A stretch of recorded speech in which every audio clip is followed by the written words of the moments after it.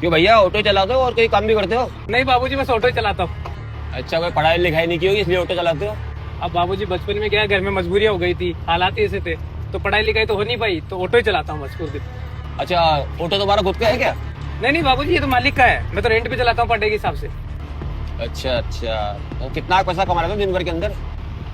अब क्या बताऊँ, लेकिन ये मान लो कि महीने का हो जाता है 8-10 हजार रुपए का जुगाड़ तो हो ही जाता है। बाकी मालिक के चले जाते हैं जो पैसे ऊपर के होते हैं। तो मालिक को पूरा पैसा क्यों देते हो? वो कौन सा देखने आता है? बोल दिया करो कि आज इतने कमाए। नहीं बाबूजी, ऐसा नहीं कर सकता।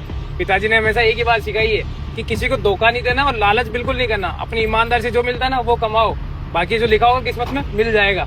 अच्छा भाई, बड़े ईमानदार आदमी हो। बस यही रोक लो, इधर रोक लो। हाँ, एक मिनट रोकता हूँ। यही बिल्डिंग है? हाँ, ये ये लीजिए बाबूजी। कितने पैसे हो गए? 50 रुपए। 50 रुपए, ये लो 50 रुपए खुले मिल गए। ठीक है बाबूजी।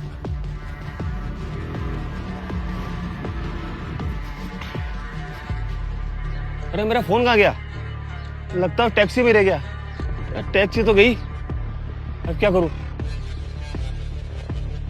इन भाई साहब से फोन मांग के करता हूँ एक। भाई साहब यार, प्लीज थोड़ी मदद कर दो यार। वो टैक्सी से उतरा था ना मैं अभी, तो मेरा फोन टैक्सी में रह गया यार। एक अर्जेंट फोन कर लेने दो यार। लो। Thank you.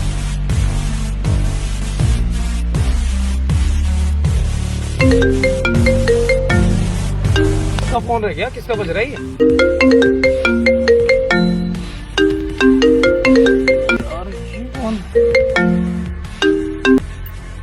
हाँ हेलो भैया। अरे भैया, मैं आपकी टैक्सी में बैठा था ना अभी, तो मेरा फोन आपकी टैक्सी में रह गया यार। अच्छा, ये फोन बाबूजी आपका है? हाँ, ये मेरा ही है यार, प्लीज दे दो यार।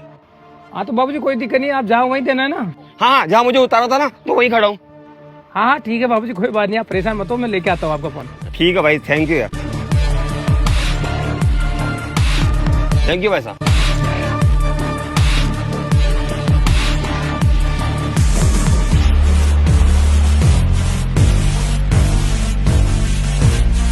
ये लीजिए बाबूजी, आपका फोन। अरे यार भाई, मैं तो डर ही गया था। अरे बाबूजी, इसमें डरने की क्या बात है, हो जाता है गलती, रह जाता है फोन गाड़ी में। फिर भी आज की दुनिया के अंदर इतना महंगा फोन अगर किसी को मिल जाए तो कौन लौटाता है? अरे लोग तो क्या है, स्विच ऑफ करके बंद करके रख देते हैं और गायब हो जाता है। अरे नहीं बाबूजी, मेरी सोच ऐसी नहीं है। हाँ, लोगों की सोच होगी, पता नहीं उसका, तो देखो आजकल सब अलग अलग टाइप के लोग हैं। आप ले जाइए फोन अपना।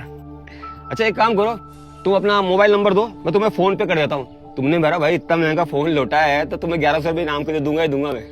अरे नहीं बाबूजी, मुझे इस लालच से दूर रखो आप। अरे भाई, इसमें लालच कहाँ से आ गया? मैं तो ये खुशी से दे रहा हूँ तुम्हें अपने। बाबूजी, आप तो अपनी खुशी से दे रहे हैं, मैं मान गया, लेकिन मेरे लिए तो ये लालच है और कल को बढ़ता जाएगा। अब एक बात बताओ, जैसे आज आप मेरी गाड़ी में फोन भूल गए, रोज कई कस्टमर आते हैं, वो भी ऐसे ही फोन भूल जाते हैं। अब उसके बदले में अगर मैं उनसे पैसे लेने लगा, इनाम लेने लगा, जैसे आज आपने 1100 दे दिए, तो मेरे मन में लालच आएगा ना कि हर कस्टमर से मैं 200, 500, 1000 रुपए लूं, तो लालच ही हो गया एक तरीके से। और बढ़ते बढ़ते मैं चोर बन जाऊंगा, फिर बाद में मालूम क्या करूंगा? जो कस्टमर यहाँ बैठेगा, फोन भूल के भी नहीं जाएगा ना, तो जानबूझ के मैं उसका फोन छुपाने की कोशिश करूंगा इन पैसों के लालच में।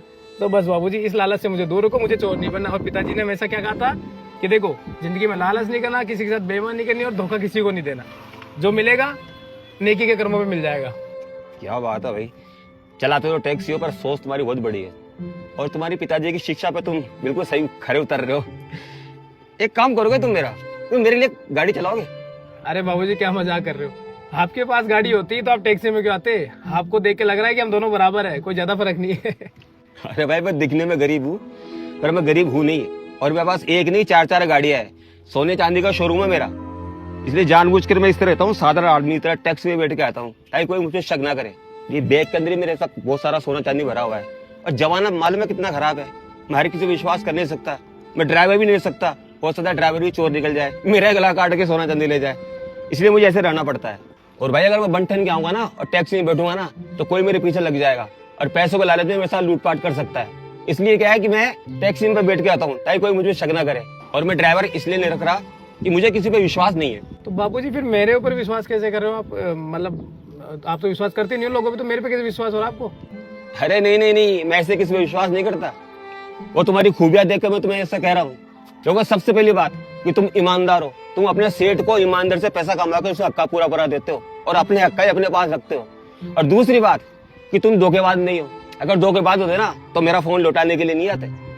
और तीसरी सबसे बड़ी बात कि तुम लालची नहीं हो। मैंने तो भी तुमसे क्या कहा, 1100 भी इनाम कर लो, तूने लेने से इनकार कर दिया। इन सब बातों को देखते हुए मुझे लगता है कि तुमसे अच्छा ड्राइवर मुझे मिल ही नहीं सकता। अब बोलो, करोगे ड्राइवर की नौकरी? 25,000 रुपये मैंने दूंगा मैं तुम्हें। अरे बाबूजी, क्यों नहीं चलाऊंगा? 25,000 मेहनत दोगे तो आप?